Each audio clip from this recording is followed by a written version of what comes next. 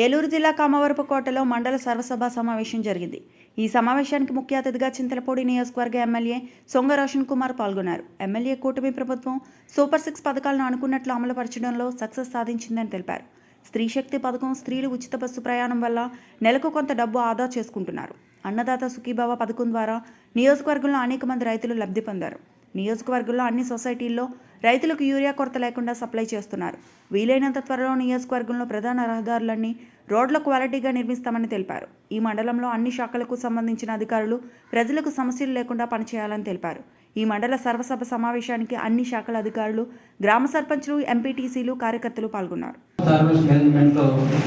ఎక్కువ క్వాలిటీ రావడానికి, కొవ్వు గింజలకు క్వాలిటీ నాణ్యత పెంచడానికి, అలాగే ఫామ్ మెకనైజేషన్లో మనకి ట్రాక్టర్స్, చిన్న ట్రాక్టర్లు 20 PTY స్పీడ్ ట్రాక్టర్లకి 1,60,000, 4 వీల్ డ్రైవ్లు అయితే 1,96,000 రూపీస్ మనం సబ్సిడీ ఇస్తున్నాము.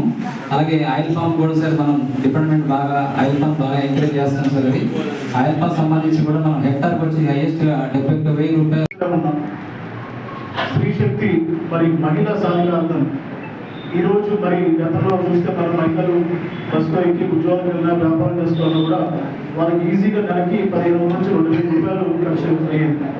మరి ఏదైతే మరి కుటుంబ ప్రభుత్వం ఉచిత బస్సులు చెప్పిందో, ఆగస్టు 15 లాంచ్ చేసిందో, దాదాపు ఆమె గవర్నమెంట్కి పడే 2,000 రూపాయలు మరి అడిషనల్ పడుతూ ఉంది. మరి బస్సెస్లో 74% కెపాసిటీ ఇచ్చే విధంగా 6,705 రకాల మరి ఆర్టీసీ బస్సుని ఈరోజు అలొకేట్ చేయడం అయింది. మరి ఇప్పటివరకు కూడా దాదాపు 6 కోట్ల పైగా మహిళలు ఉచిత బస్సుని మరి సర్వీసెస్ వాడుతున్నారు. అంటే సగటున ఒక మహిళ 1,500 నుంచి 2,000 రూపాయలు నెలకి సేవ్ చేసుకుంటుంది. సో ఈ విషయంలో మరి చాలా మంది మహిళలు హ్యాపీగా ఉంటారు.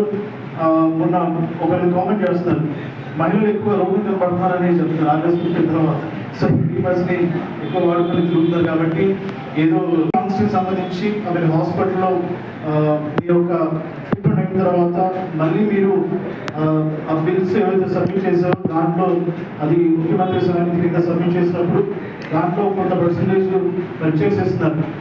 మరి ఏ పార్టీ చూడలేదు, వాళ్ళు ఏంటని చూడలేదు.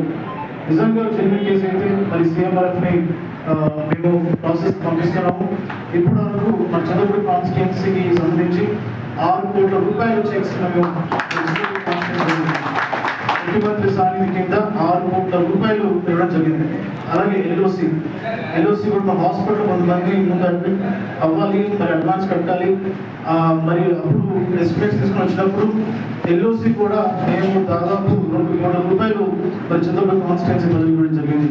సో మరి అందరికి కూడా అటు సంక్షేమంతో పాటు అభివృద్ధి కూడా ఈ రెండు కళ్ళగా ముందుకు తీసుకెళ్తామని కూడా ప్రభుత్వం. అంటే ఇన్ఛార్జ్ మినిస్టర్ నాగర్ మనోహర్ గారు కానివ్వండి, కలెక్టర్ గారు కానివ్వండి, కలెక్టర్ కానివ్వండి, అలాగే జేడీ హార్టీ అండ్ అగ్రికల్చర్ కానివ్వండి, అలాగే లోకల్ ఎమ్మెల్యేస్ ఎప్పుడు మేము టైం టు టైం మరి ఫాలోఅప్స్లో ఉంటూ ఎక్కడ ఎటువంటి రిక్వైర్మెంట్ ఉంది, ఎక్కడ డిమాండ్ ఎక్కువ ఉంది, ఎక్కడ కన్సంప్షన్ ఉంది, మరి ఎక్కడ ఎక్కువ పంపించాలి, ఎక్కడ అడ్జస్ట్ చేయాలి విషయంపై మరి రెగ్యులర్గా మేము ఫాలోఅప్ నుండి యూరియా షార్టేజ్ లేకుండా మరి టైమ్లీ మేనర్గా ఇస్తున్నామంటే అది కూడా ప్రభుత్వం ఉన్న చిత్తశుద్ధి, రైతుల పట్ల ఏదైతే కమిట్మెంట్ ఉందో అది మరి విలేజ్ చూస్తున్నారు.